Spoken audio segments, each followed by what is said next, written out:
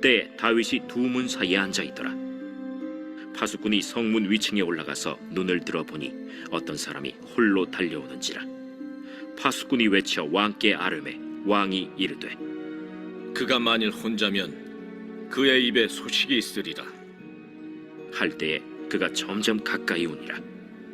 파수꾼이 본즉 한 사람이 또 달려오는지라. 파수꾼이 문지기에게 외쳐 이르되 보라! 한 사람이 또 혼자 달려온다! 그도 소식을 가져오느니라. 내가 보기에는 앞선 사람의 다름질이 사독의 아들 아히마아스의 다름질과 같은 이이다. 그는 좋은 사람이니 좋은 소식을 가져오느니라. 아히마아스가 외쳐 왕께 아뢰되 평강하옵소서. 왕 앞에서 얼굴을 땅에 대고 절하며 이르되 왕의 하나님 여호와를 찬양하리로소이다. 그의 손을 들어 내 주왕을 대적하는 자들을 넘겨주셨나이다. 젊은 압살롬은 잘 있느냐?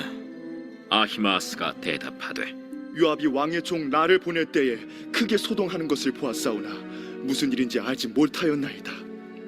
물러나 거기 서 있으라. 하매 물러나서 서 있더라. 구스 사람이 이르러 말하되 내 주 왕께 아랠 소식이 있나이다. 여호와께서 오늘 왕을 대적하던 모든 원수를 갚으셨나이다. 젊은 압살롬은 잘 있느냐? 내 주 왕의 원수와 일어나서 왕을 대적하는 자들은 다 그 청년과 같이 되기를 원하나이다.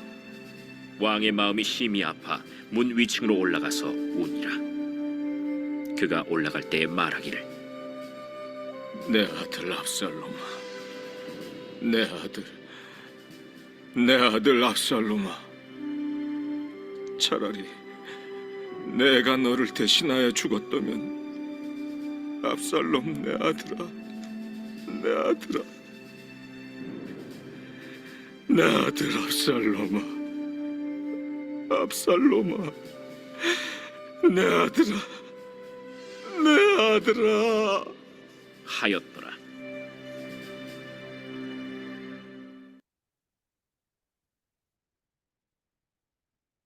오늘 본문의 말씀은 다윗 왕이 압살롬의 죽음의 소식을 듣는 말씀입니다. 다윗 왕의 군대와 압살롬의 군대가 전쟁을 하였습니다. 다윗 왕은 전쟁을 하기 전에 이미 승리를 확신하였습니다. 다윗 왕의 군대는 전쟁 경험이 많은 싸움을 잘하는 이런 군대였습니다. 반면에 압살롬의 군대는 이스라엘 전역에서 급하게 불러 모은 이스라엘 군대였습니다. 그들에게는 전쟁 경험이 없었습니다. 훈련도 잘 되지 않은 군대였습니다. 다윗 왕은 전쟁의 승리를 확신하였습니다. 전쟁에 나가는 군사들에게 자신의 아들 압살롬만은 죽이지 말라고 명령을 하였습니다. 이러한 명령은 매우 잘못된 명령인 것입니다. 부모와 자식 간에 이런 생사가 달린 이러한 결정에서 다윗 왕은 이성대로 결정을 하지 못한 것입니다. 정에 끌려서 잘못된 결정을 한 것이죠. 지금 왜 전쟁이 나게 되었습니까? 압살롬의 반역으로 인해서 전쟁이 나게 된 것이죠. 왕을 반역한 자는 사형에 처해야 되는 것입니다. 그런데 다윗 왕은 자신의 아들이기 때문에 살려달라고 말하는 것입니다. 다윗 왕이 실수를 하는 이런 명령인 것이죠. 다윗 왕의 군대와 압살롬의 군대가 전쟁을 하였습니다. 예상대로 압살롬의 군대가 패하였습니다. 압살롬은 도망을 가다가 머리카락이 나뭇가지에 걸렸습니다. 뒤쫓던 다윗 왕의 군대가 멈춰서게 됩니다. 요압 장군이 와서 보니 압살롬이 있는 것입니다. 압살롬을 요압 장군은 자신의 마음대로 죽였습니다. 전쟁에서 승리를 하였고 또 보고를 해야만 했습니다. 요압 장군은 구스 사람을 통하여서 전쟁 승리 소식을 전하였습니다. 이때 제사장 아들 아히마하스가 자신을 보내달라고 말을 합니다. 요압 장군은 거부했습니다. 좋은 소식이 아니니까 가지 말라고 합니다. 그러나 아히마하스는 간청을 하여서 요압 장군도 할 수 없이 아히마하스를 뒤따라서 보내게 됩니다. 먼저 구스 사람이 보냄을 받고 떠났지만 아히마스가 뒤따라가면서 추월했습니다. 다윗왕에게 먼저 도착하였습니다. 전쟁의 소식을 전하였습니다. 승리의 소식을 전했습니다. 다윗왕은 보통 이러면은 하나님을 찬양하면서 승리를 신하들과 같이 기뻐하며 또 하나님을 높이는 것입니다. 그런데 다윗왕은 하나님을 높이지 않고 자신의 아들 압살롬이 어떻게 되었느냐라고 다시 묻습니다. 아히마아스는 대답을 회피하였습니다. 두 번째 도착하는 구스 사람이 전쟁의 승리 소식과 압살롬의 죽음의 소식을 전하였습니다. 다윗왕은 대성통곡하면서 울게 됩니다. 이게 아버지의 마음이죠. 부모의 마음입니다. 자식이 아무리 잘못되어도 자식이 죽을 죄를 지어도 살기를 원하고 자기 자신이 대신 죽기를 원하는 것이 바로 부모의 이 마음인 것이죠. 자식이 죽었을 때 다윗왕은 체면불구하고 그 자리에서 대성통곡을 하게 됩니다. 하나님 아버지께서는요, 저와 여러분들을 부모의 마음으로 우리를 돌보고 계십니다. 요한복음 1장 12절 말씀에 보면은 영접하는 자, 곧 그 이름을 믿는 자들에게는 하나님의 자녀가 되는 권세를 주셨나니라고 말씀하셨습니다. 저와 여러분들은 하나님의 자녀입니다. 하나님께서 우리의 아버지가 되어 주셔서 우리를 돌보고 계십니다.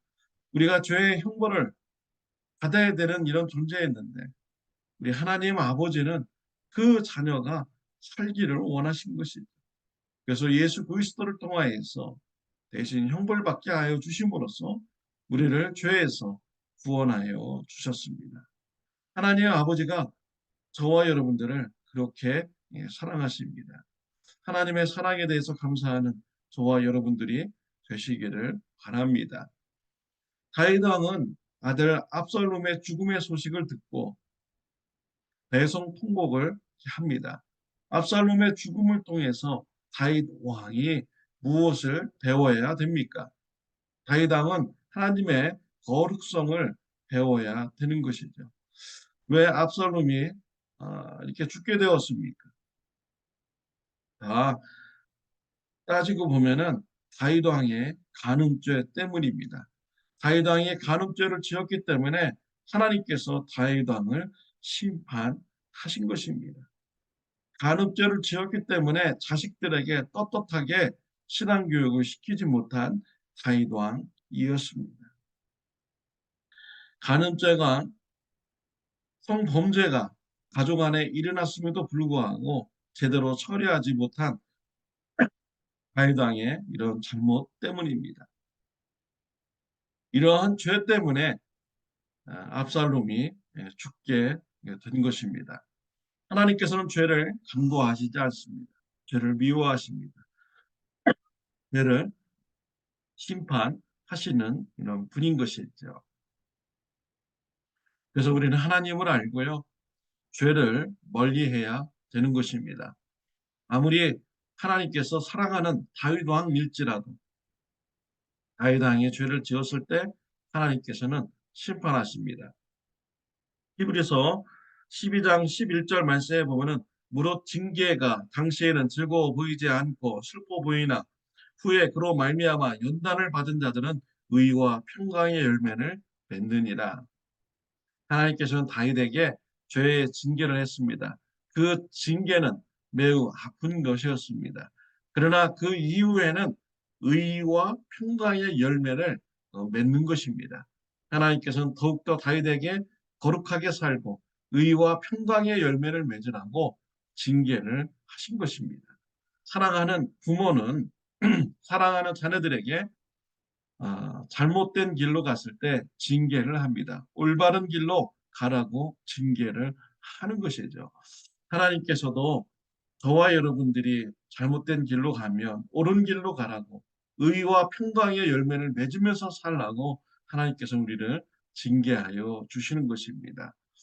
우리가 죄의 그런 심각성, 무서움을 알고 죄를 우리가 멀리 해야겠습니다.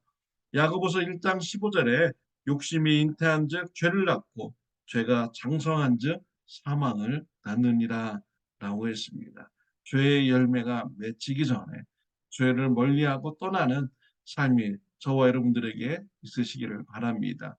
하나님께서 원하시는 의와 평강의 열매를 맺으면서 살아가는 저와 여러분들이 되시기를 바랍니다.